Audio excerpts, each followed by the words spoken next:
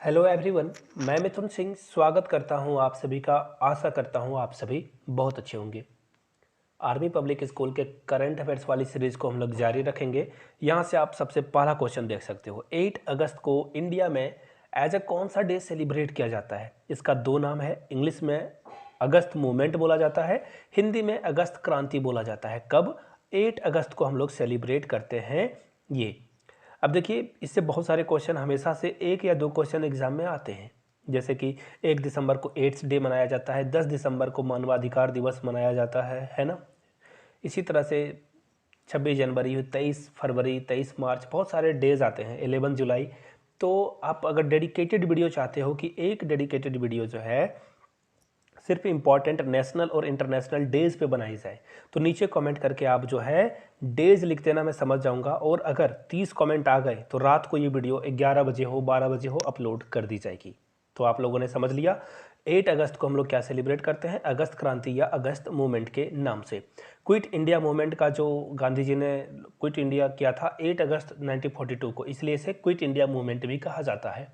और गांधी जी ने यहाँ फेमस डायलॉग दिया था, डू और डाई, करो या मरो का नारा इसी क्रांति के दौरान उन्होंने दिया था। चलिए आगे बढ़ते हैं। एनडीए गवर्नमेंट के द्वारा जो है वाइस प्रेसिडेंट के लिए जगदीप धनखड़ को कैंडिडेट बनाया गया था अगस्त में। एक्चुअली हम लोग अगस्त वाले करंट अफेयर्स को देख रहे हैं। जिन्होंने नोट्स परचेज कर लिया है ना, एक बार फिर से आप अगस्त लिख देना। एक्चुअली 2-3 दिनों का जो आज का जो 2-3 वीडियोस में बनाऊंगा उसके भी पीडीएफ आप लोगों को as a complimentary free of cost provide कर दिया जाएगा। क्योंकि मेरी गलती है, मैंने अगस्त वाले करंट अफेयर्स को नहीं इंक्लूड करा था, ये मुझसे एक मंथ छूट गया था। तो अगस्त वाले करंट अफेयर्स आपको मिल जाएंगे फ्री ऑफ कॉस्ट। और जिन्होंने नोट्स नहीं लिया है उनके लिए बता दूं, 99 में अभी भी आप नोट्स एक्वायर कर सकते हो। और इसमें ना मैंने कट लगाए हैं, बहुत ही वीवीआई क्वेश्चंस को इसमें रखा है।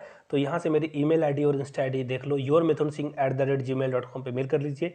इंस्टा पे हो then do follow me @iMithunSingh। तो चलिए बात करते हैं इंपॉर्टेंट क्वेश्चन की। एनडीए की ओर से कैंडिडेट कौन थे? जगदीप धनखड़। तो ये वाइस प्रेसिडेंट ऑफ इंडिया कौन से प्रेसिडेंट बनेंगे? 13, 14, 15 या 16?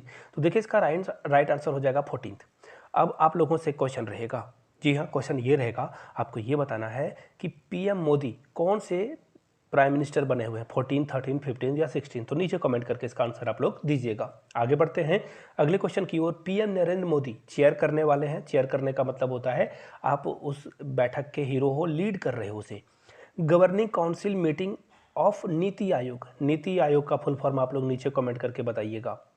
तो यहाँ से देख लीजिए, नीति आयोग की ये जो अध्यक्षता करने वाले हैं, ये कौन सी मीटिंग होने वाली है? तो इसका राइट आंसर होगा सेवंथ मीटिंग है। इससे पहले 6 मीटिंग्स को जो है कंप्लीट करा जा चुका है। यहाँ से आप इसका देख सकते हो, PM Modi to chair 7th meeting of NITI Aayog. नीति, इसे आप नीति समझो। और यहाँ से देख लीजिए, first in person meeting of governance council, ये जुलाई 2019 में हुआ था, 2019 में। आगे बढ़ते हैं अगले क्वेश्चन की ओर। कैट अचीव्ड 91 डिस्पोजल रेट इन।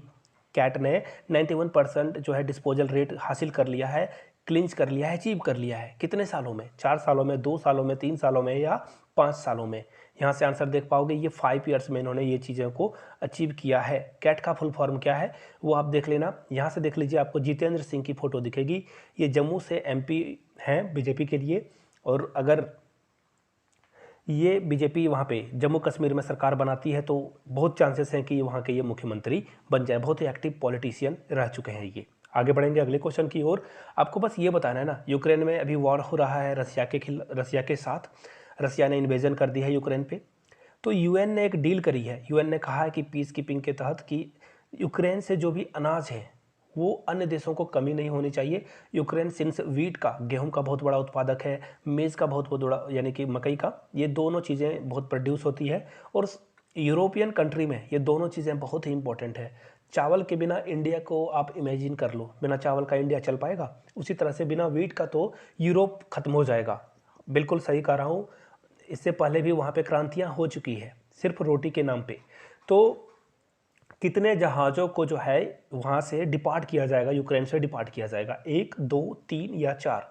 तो इसका राइट आंसर हो जाएगा 3 जो शिप्स हैं इनको जो है डिपार्ट किया जाएगा यूक्रेन से। यहाँ से आप इसका आंसर भी देख पाओगे, देख लीजिए, 3 more ships with corn depart Ukraine. तो ये इसका राइट आंसर था। आगे बढ़ेंगे अगले क्वेश्चन की ओर। हिरोशिमा इन जापान ऑब्सेसेस यानी कि जापान जो है ऑब्जर्व्स यानी कि जापान क्या करता है, ऑब्जर्व कर रहा है एनिवर्सरी। कितनी एनिवर्सरी कर रहा है, देखिए मैंने आप लोगों को पहले भी बताया था ना कि हिरोशिमा पे अमेरिका ने न्यूक्लियर बम जो है प्लांट किए थे, 2 न्यूक्लियर बम प्लांट किए थे, 2 न्यूक्लियर बम को यहाँ पे छोड़ा था। पहला न्यूक्लियर बम यानी कि परमाणु बम छोड़ा गया था कब, 6 अगस्त को, और दूसरा कब छोड़ा गया था, 3 दिनों के बाद यानी कि 9 अगस्त को। तो 6 अगस्त को कौन सा बम छोड़ा गया है, ये भी बहुत बार इंपॉर्टेंट हो जाता है, एग्जाम में पूछा जाता है। तो 6 को जो छोड़ा गया था उसका नाम था लिटिल बॉय, और 9 अगस्त को जो छोड़ा गया था उसका नाम क्या था, फैटमैन। क्या था, फैटमैन। तो ये 2 क्वेश्चन है एग्जाम में आते हैं, तो मैंने सोचा आपको बता दिया जाए। तो ये कौन सी एनिवर्सरी है, फिलहाल तो ये क्वेश्चन है, तो ये एनिवर्सरी है 77th। जापान के पीएम का नाम क्या है वो आपको नीचे कमेंट करके बताना है। जापान के पीएम का नाम आपको इस पेज में दिख भी जाएगा, अगर आप अच्छे से ऑब्जर्वर हो, you are a good observer, you can find it out. आगे बढ़ेंगे अगले क्वेश्चन की ओर। उस पैरा टेबल टेनिस प्लेयर का नाम बताना है जिन्होंने गोल्ड जो है सिंगल वुमेन्स के सिंगल में जीता है। भावना पटेल, पीयूष नेने, रजय कुमार और इसके बाद है थापा विमान। तो देखिए इसका राइट आंसर है भावना पटेल। भावना पटेल ने जो है भावना पटेल ने जो है गोल्ड मेडल जीता है। यहाँ से आप इनकी फ़ोटो भी देख पाओगे, और इन्होंने जो है नाइजीरिया के जो इनके विरोधी थे, कंपिटिटर थे, उनको हराया था। आगे बढ़ेंगे अगले क्वेश्चन की ओर। नेक्स्ट क्वेश्चन आपके सामने ये रहा, कौन सी गवर्नमेंट सैनिटाइजर मास्क को पब्लिक में सैनिटाइजर और मास्क पहनना मैंडेटरी कर दिया है, अनिवार्य कर दिया है। तो देखिए ये केरला है। ये कौन सा स्टेट है, केरला। दिल्ली ने भी किया था, लेकिन मुझे नहीं लगता ये करंट अफेयर्स पूछा जाएगा, लेकिन केरला में एकाएक लास्ट टाइम में जो है 3rd 4th वेव बहुत ज़्यादा आई थी, इसलिए इन चीज़ों को आपको याद रखना है, मैंने इसलिए इसे इंक्लूड कर दिया था। अब नाम आएगा एक बहुत ही इंपॉर्टेंट पर्सनैलिटी का, नैन्सी पेलोसी। जी हाँ, नैन्सी पेलोसी, प्रोनाउंसिएशन में थोड़ी सी दिक्कत आ रही है, सॉरी फॉर दैट। देखिए नैन्सी पेलोसी क्या है, वो अमेरिका की एक बहुत बड़ी सेनेटर है, और ये चली गई थी ताइवान। कहाँ चली गई थी, ताइवान। अब देखिए ताइवान को लेकर ना दो चार कंट्रियाँ बहुत ऑब्सेस रहती है। ताइवान को लेकर रसिया का कहना है कि ताइवान चाइना का पार्ट है। इसके अलावा नॉर्थ कोरिया वो भी कहता है। तो आप ना इन सारे कंट्री में एक सिमिलैरिटी ढूंढ सकते हो। रसिया हम लोगों का अच्छा दोस्त है, फिर भी रसिया में डेमोक्रेसी नहीं है, रसिया में डेमोक्रेसी नहीं मिलेगी आपको, चाइना में डेमोक्रेसी नहीं मिलेगा। इसके अलावा आपको नॉर्थ कोरिया में भी डेमोक्रेसी नहीं मिलेगा। चाइना की अगर मैं बात करूं, यहाँ पे इंटरनेट सरकार जो है पूरी तरह से कंट्रोल करके रखती है। गूगल नहीं मिलेगा आपको यहाँ पे, फेसबुक नहीं मिलेगा, यूट्यूब नहीं मिलेगा, इंस्टा, कोई भी इंपॉर्टेंट जो भी सोशल प्लेटफॉर्म है, you can't find it out. North Korea में तो आप इंटरनेट ही नहीं चला सकते हो। सरकार तो बोलती है कि तुम सारे लोग अंधे हो, तुम्हें इंटरनेट की ज़रूरत नहीं है। चाइना बोलती है ठीक है, तुम्हें जो खाना है, वो बोलते हैं ना पालतू कुत्ता बनाकर रखा है इन्होंने अपने लोगों को, ये बिस्किट फेंक देते हैं, यही बिस्किट खाना है आपको। तो ये चीज़ें चल रही है। तो फिलहाल इन्होंने क्या कहा है ना कि नैन्सी पेलोसी चली गई थी ताइवान पे, और डिस्ट्रॉयर ऑफ इंटरनेशनल पीस ये कहा है नॉर्थ कोरिया ने। मुझे हंसी आती है कि ये अपने ही लोगों को मार देते हैं। एक मैं छोटी सी कहानी सुना देता हूँ आपको। नॉर्थ कोरिया में एक मीटिंग हो रही थी, तो वहाँ का जो डिफेंस मिनिस्टर था वो सो गया था बैठक में, उसे नींद आ गई थी।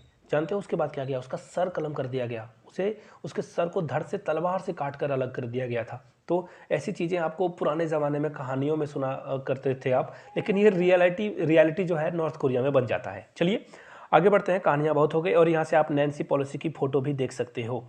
आगे बढ़ लेते हैं नेक्स्ट क्वेश्चन की ओर। Which country and UN working intentionally, यानी कि बहुत इंपॉर्टेंट मानकर या बहुत स्पीड से ये काम करना चाहते हैं, गाजा वायलेशन को ख़त्म करना चाहते हैं, किसके साथ मिलकर? इजिप्ट आंसर होगा। हिंदी में मिस्र कहते हैं, इंग्लिश में इजिप्ट, याद रखिएगा, सी आपका करेक्ट आंसर हो जाएगा। चलिए आगे बढ़ लेते हैं, और quick points of the day की बारी आ गई है। इससे पहले फिर से बता दूं, 99 में आप मेरे हैंड रिटन नोट्स एक्वायर कर सकते हो। yourmithunsingh@gmail.com पे मेल कर लीजिए। If you on Instagram then do follow me @imithunsingh। चलिए यहाँ से देख लेते हैं कुछ क्वेश्चंस को। Which Indian company has entered the Fortune global 500 list first time? अगस्त में इन्होंने जो है फर्स्ट टाइम यहाँ पे फॉर्च्यून ग्लोबल 50 में अपनी जगह बनाई। इसका नाम है LIC। LIC का फुल फॉर्म आप लोग नीचे कमेंट करके बताइएगा। और इसका टैगलाइन क्या है? जैसे सहारा का टैगलाइन होता है SBI बैंकिंग नथिंग एल्स, हाँ है ना, ये टैगलाइन होता है। स्वाद इंडिया का, ऐसे बहुत सारे टैगलाइन आपको मिलते होंगे, तेल में, मक्खन में। तो आपको बताना है LIC का टैगलाइन क्या है, ज़िंदगी के साथ भी और ज़िंदगी के नीचे फिल कर देना आप लोग। अगला क्वेश्चन है which state is targeting 2 million additional acres of land under palm oil cultivation in next 4 years. देखिए ये कंट्री एक्चुअली ये स्टेट ना अपने यहाँ पाम ऑयल की खेती करने वाला है। पाम ऑयल के बारे में आपको मैं बता दूं, ये थोड़ा सा चीप होता है मस्टर्ड ऑयल और कोकोनट ऑयल से। आप जब भी ठेला वगैरह में खाना खाते होगे बाहर में, रेडियो पे, दिल्ली वाले अगर आप हो तो आप रेडी बोलते हो उसे, तो बाहर में जो आप सड़क के किनारे वाले जो ठेले लगे होते हैं उसमें आप खाना खाते हो, फास्ट फूड, जंक फूड और मैनी मोर, पकौड़ा वगैरह, तो ये पाम ऑयल से बनाया जाता है। पाम ऑयल क्या होता है, थोड़ा सा चीप होता है, सस्ता पड़ता है, इसलिए ये लोग इसे यूज़ करते हैं। और हम लोग 2 कंट्री, मलेशिया है पहला और एक और है इंडोनेशिया, इन दोनों कंट्री से हम लोग बहुत सारा पाम ऑयल खरीदते हैं। तो देखिए आप हमेशा किसी कंट्री पर डिपेंड नहीं रह सकते हो। यूक्रेन की हालत आप देख लो, यूक्रेन में बहुत सारा गेहूं उपजता था, मकई उपजता था, ये अलग अलग कंट्री को क्या करते थे, उसे देते थे। अभी यूक्रेन वॉर में फंस गया है, सारे लोग भूखे मर रहे हैं, ऐसी स्थिति आ चुकी है। भूखे मर नहीं रहे लेकिन बहुत सारे लोगों को दिक्कत आ रही है, ब्रेड के दाम बहुत ऊपर चले गए हैं। तो इसी तरह से इंडिया चाहता है कि हम लोग किसी कंट्री पर डिपेंड नहीं रहे, इसलिए तेलंगाना में ये प्लांट लगाए जाएंगे। Who has taken as a chairman and managing director of oil India limited? तो इसका राइट आंसर है रंजीत रथ। क्या है, रंजीत रथ। और आप लोगों को बता दूं 2 से 3 दिनों में ना आपको मैं 20 से 30 वीडियो देने की गारंटी देता हूं। नए हो तो चैनल को सब्सक्राइब कर लीजिए, घंटी वंटी का बटन नहीं दबाया तो दबा लीजिए। वीडियो को यहाँ तक देखा है तो जय हिंद कमेंट में जरूर लिख दें। धन्यवाद आप सभी का वीडियो को यहाँ तक देखने के लिए। Have a good day.